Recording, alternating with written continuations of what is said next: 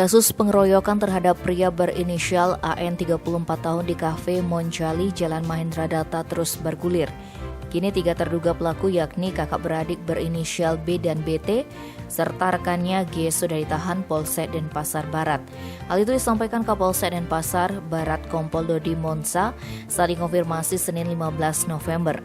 Kata Dodi, penahanan ini merupakan lanjutan dari pemeriksaan yang dilakukan penyidik terhadap para terduga pelaku Sabtu 13 November.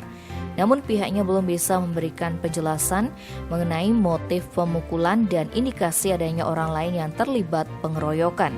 Sementara itu korban yang merupakan seorang wartawan salah satu media cetak di Bali membeberkan saat kejadian Kamis 11 November dia diundang pengelola kafe untuk meliput acara musik yang digelar Lempeng Band di TKP.